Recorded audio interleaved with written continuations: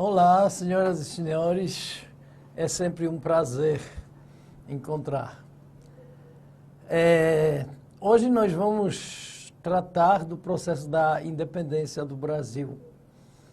Na verdade, o processo da independência do Brasil foi realmente, ele se inicia a partir das primeiras rebeliões separatistas pela independência. Bem que elas eram, não pelo Brasil, eram regionais, como a gente viu, a Inconfidência Mineira, a Conjuração Carioca, depois a Baiana, sempre inspiradas nas ideias liberais, nas ideias do iluminismo, ou também nos movimentos que antecederam, movimentos liberais que antecederam as nossas rebeliões separatistas pela independência, como, por exemplo, a independência dos Estados Unidos inspirou claramente a conjuração baiana, a conjuração mineira, conspiração mineira, por exemplo, a baiana inspirou-se na Revolução Francesa, principalmente na segunda fase da Revolução, no governo dos Jacobinos, e também na independência do Haiti. Depois, a mais clássica das revoltas foi a Revolução de 1817, em Pernambuco, que,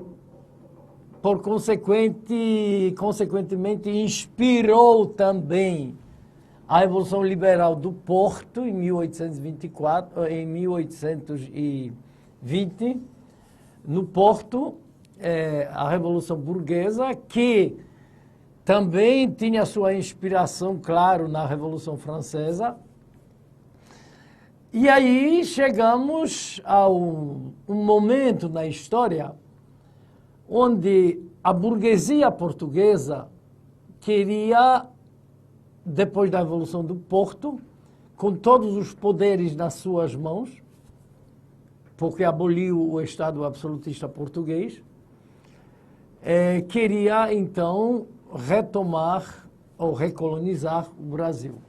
E aí é onde começa a disputa pelo poder. Quem é que vai vencer?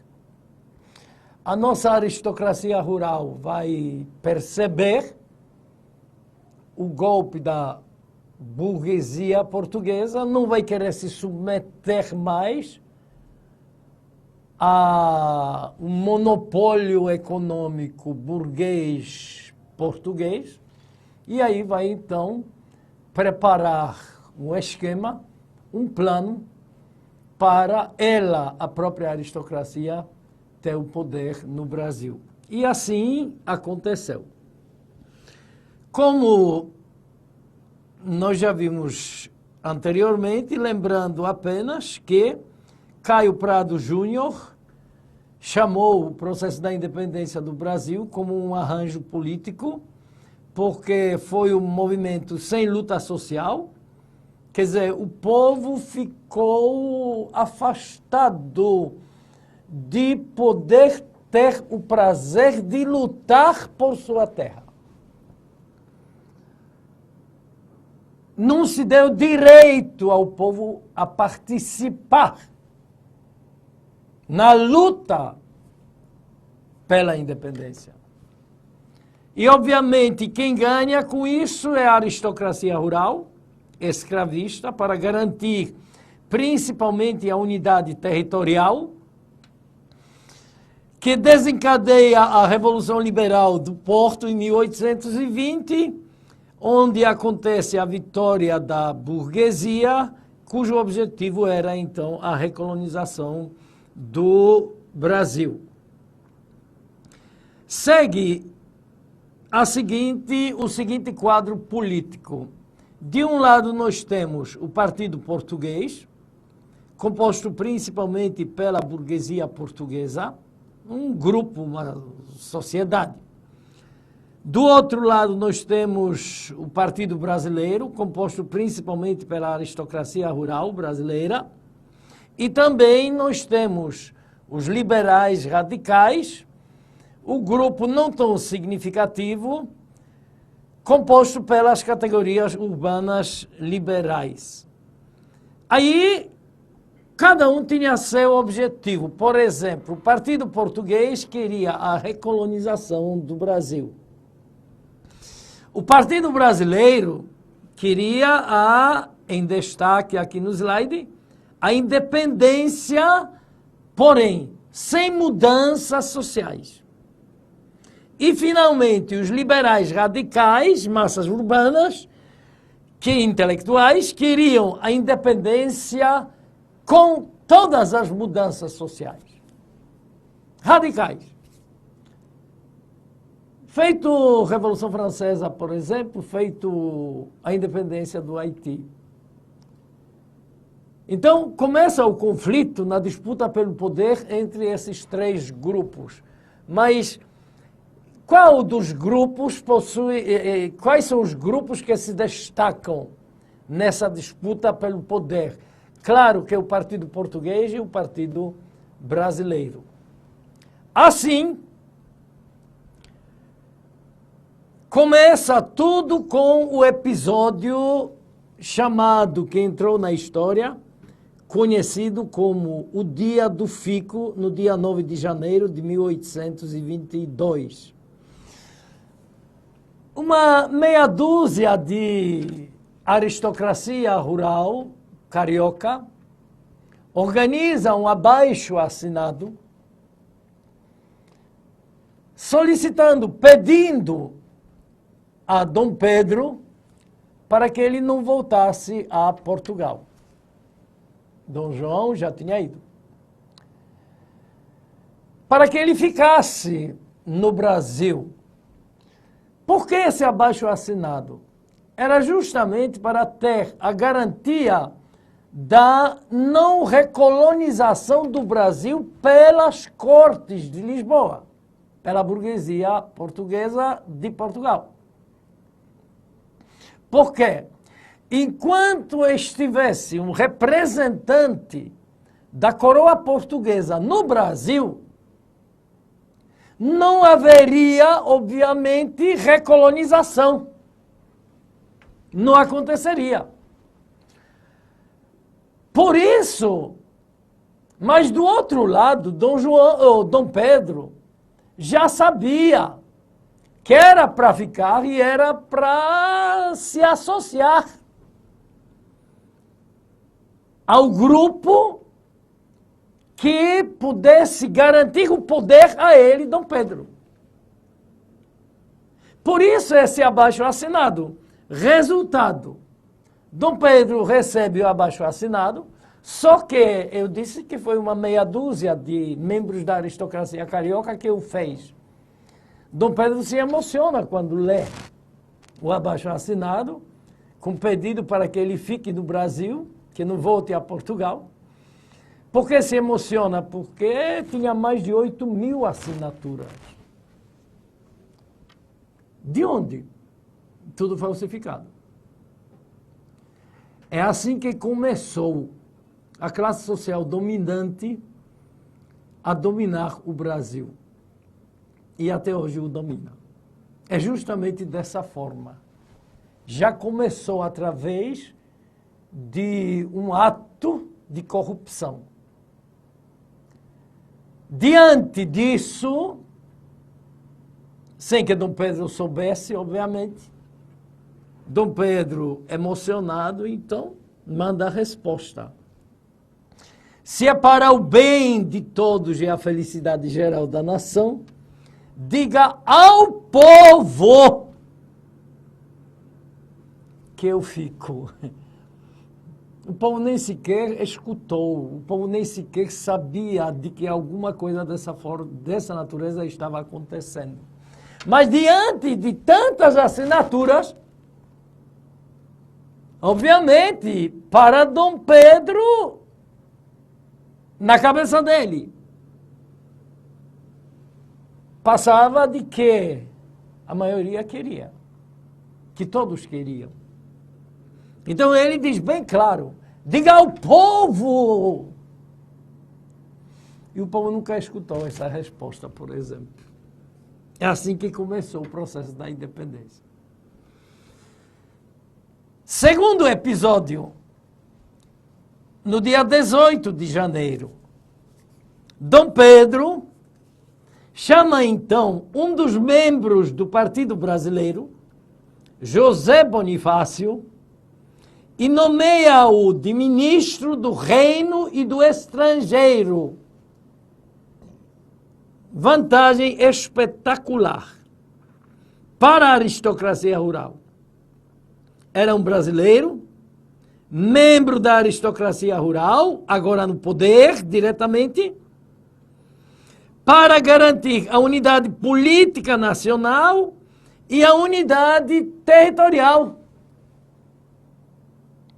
Então começa justamente a jogada, vamos dizer, um puxa-saco de Dom Pedro e da aristocracia.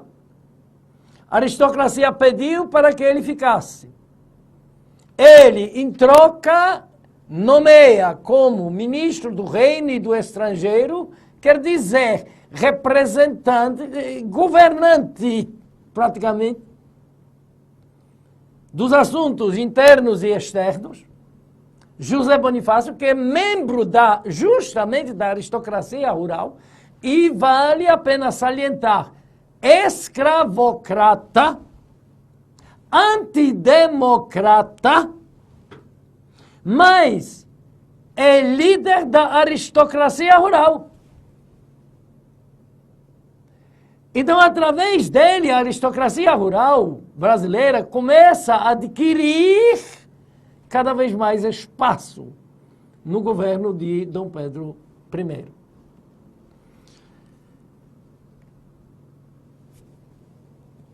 Terceiro episódio, 13 de maio de 1822. Episódio que entrou na tradição histórica como o momento do cumpra-se. O que era isso? José Bonifácio determina então como ministro que qualquer decreto das Cortes de Lisboa só poderia ser executado mediante o cumpra-se, quer dizer, determinação, assinado por Dom Pedro no Brasil, dando assim plena soberania ao Brasil. Quer dizer, uma troca de favores. O que é que José Bonifácio faz? Quem manda é Dom Pedro. Qualquer decreto que por acaso de Lisboa chegasse, quem determinaria o seu cumprimento ou não seria justamente Dom Pedro. Então, na verdade, isso garantiu a autonomia de Dom Pedro no poder, nas decisões em relação ao Brasil diante de Portugal. Lembrando que Cortes de Lisboa insistiam constantemente para que Dom Pedro voltasse a Portugal, justamente por quê? Porque as Cortes, ou seja, a burguesia, queria a recolonização do Brasil. E assim segue-se o processo. No dia 13 de maio, Dom Pedro recebe um título extraordinário de protetor e defensor perpétuo do Brasil. É brincadeira. Tudo era exclusivo interesse do poder. Mas a aristocracia, troca de favores, nomeia, dá título a Dom Pedro pelos serviços prestados ao Brasil e agradecendo que ficou no Brasil. Tudo isso já estava planejado e tudo isso, no final de contas, um golpe seguido pelo outro golpe, um atrás do outro. Protetor e defensor perpétuo do Brasil. Inclusive, no seu túmulo consta esse título gravado até hoje. E os episódios se seguem. No mês de agosto e setembro começam revoltas liberais em São Paulo contra.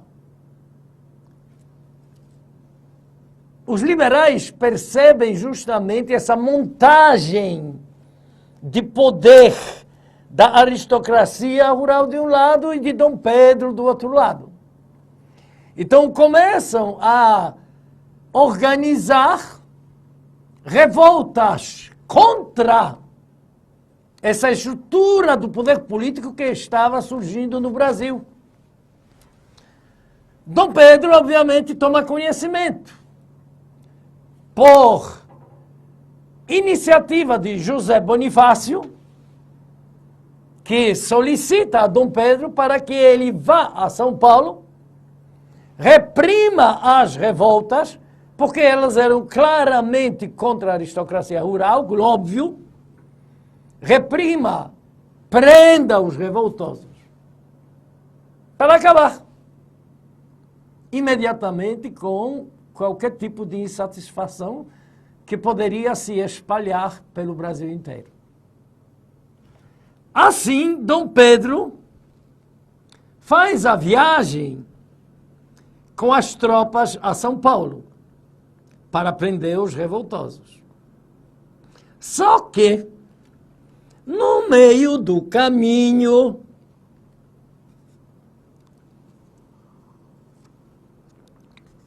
em Santos, ele conhece a Dona Domitila de Castro do Canto e Melo, que depois, inclusive, vai receber de Dom Pedro o título de Marquesa dos Santos. Observem bem, a ilustração é bem interessante. Casado com a Leopoldina, mas o coração dirigido para Domitila de Castro. Mais uma das suas amantes. Porque Dom Pedro era alcoólatra, Dom Pedro era irresponsável. Dom Pedro só queria festa. Dom Pedro era mulherengo. Quer dizer, e era o dirigente do Brasil. Assim nascia o Brasil independente. Ainda com um detalhe, com o rei, que ele vai receber esse título, estrangeiro. O Brasil ainda, como é que pode? Brasil independente e o rei é estrangeiro. Mas foi assim que nasceu. Quer dizer, é claramente um golpe terrível da classe social dominante no Brasil. E aí, segue-se o processo. No dia 2 de setembro, Leopoldina assina, então, o decreto da independência, enquanto Dom Pedro estava ainda na volta, no caminho de volta para São Paulo. Vejam bem, ao voltar de Santos, parado às margens do riacho Ipiranga, Dom Pedro recebeu uma carta das Cortes de Lisboa, dando o ultimato para que voltasse para Portugal, se submetendo ao rei e às cortes portuguesas, à burguesia portuguesa. Ora, Dom Pedro aqui fazia o que queria. Qual seria a sua posição em Portugal? completamente dependente da burguesia que impôs Constituição liberal no Brasil. Em Portugal, perdão. Então é óbvio que a Dom Pedro não entende que tinha um espírito, uma mentalidade absolutista, jamais interessaria a Dom Pedro voltar a Portugal. É melhor aqui se casar com a elite e governar. Mas vieram junto outras duas cartas, uma de José Bonifácio, que aconselhava Dom Pedro a romper com Portugal, definitivamente, e outra da sua esposa Maria Leopoldina, de Áustria, apoiando a decisão de José Bonifácio e advertindo Dom Pedro: o pomo está maduro, colhe-o já, senão apodrece. Impelido pelas circunstâncias, então, Dom Pedro rompe os laços de união política com Portugal.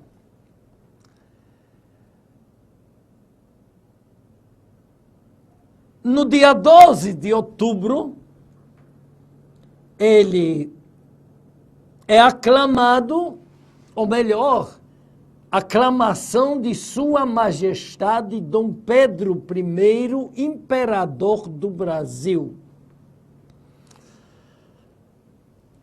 Foi isso que aconteceu no dia 12 de outubro de 1822. Então, Brasil cortou os laços de dependência com o governo de Portugal.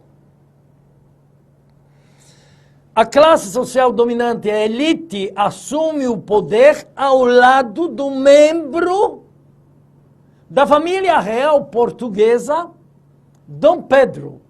Volto a dizer, então nós éramos um país independente e o nosso governante era um estrangeiro. Acontece todo o processo da independência sem a participação popular.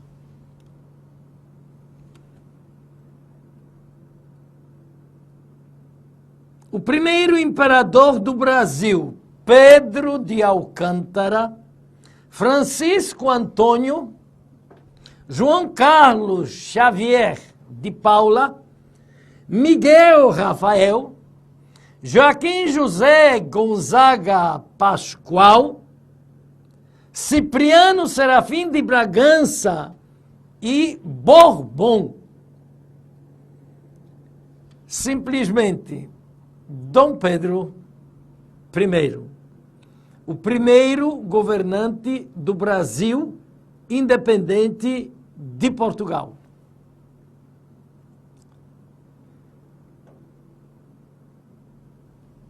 Interessante é justamente esse quadro da independência ou morte. Observem bem. Quadro pintado por Pedro Américo em 1888, 1889. Quer dizer, mais ou menos 60 anos depois do episódio. Aliás, esse quadro é pintado justamente quando existe o golpe da República. Quando se instala a República no Brasil. E esta República vai ser instalada como golpe para tirar a família real do poder. Para que não se apresentasse para a sociedade como um golpe, os republicanos, que era a elite e o exército brasileiro, a elite rural e o exército brasileiro, precisam justificar à sociedade a necessidade da instalação da República no Brasil.